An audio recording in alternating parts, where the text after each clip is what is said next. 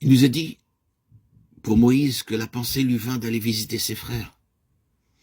Étienne rappelle tout simplement l'acte qui eut de si extraordinaires conséquences. D'abord une pensée, puis un acte, et ensuite des résultats imprévus.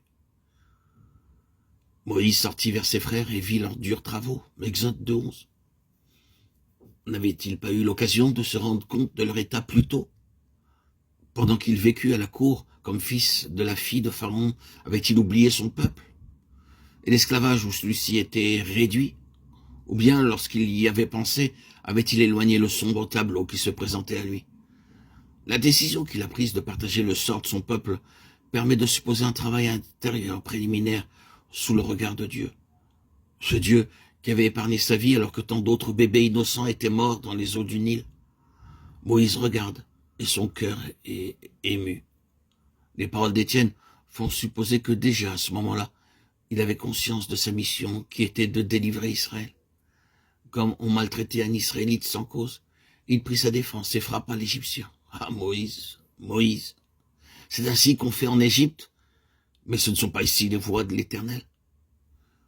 Ceci nous fait penser à Pierre tirant l'épée pour défendre le Fils de Dieu, lequel n'avait qu'à parler pour être protégé par des légions d'anges. Cette manière d'agir au service de Dieu est malheureusement celle de trop de gens, lesquels aujourd'hui encore tirent l'épée pour convaincre qui ne croient pas comme eux, ou veut croire malgré eux. Ils oublient l'avertissement du Maître. Tous ceux qui prendront l'épée périront par l'épée. Et aussi ces paroles. Mon règne n'est pas de ce monde. Si mon règne était de ce monde, mes serviteurs combattraient. Jean 18:36. Que de croyants combattent ainsi, démontrant qu'ils oublient le calvaire et qu'ils n'ont pas l'esprit du Seigneur. Jamais Israël n'aurait été délivré avec les méthodes employées par Moïse en tuant un à un les Égyptiens. Dieu se réserva d'agir d'une autre manière, comme notre vision, nos pensées sont mesquines et petites.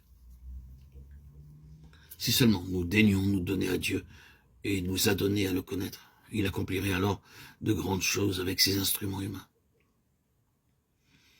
Dieu voulait sauver Israël en se servant de Moïse, mais à sa manière à lui. Et dans l'œuvre que Dieu se propose d'accomplir, Moïse est l'obstacle, le plus grand des obstacles. Que de temps il va falloir pour faire de cet homme fougueux une flèche polie, un instrument docile. Et Dieu commença l'éducation de Moïse par un échec. Moïse supposait que ses frères comprendraient que Dieu voulait les délivrer par son moyen. Peut-être effectivement aurait-il compris les desseins divins si Moïse avait employé des moyens appropriés. Il n'en fut pas ainsi. Et comment Dieu aurait-il pu bénir ceux qui n'étaient pas selon sa volonté?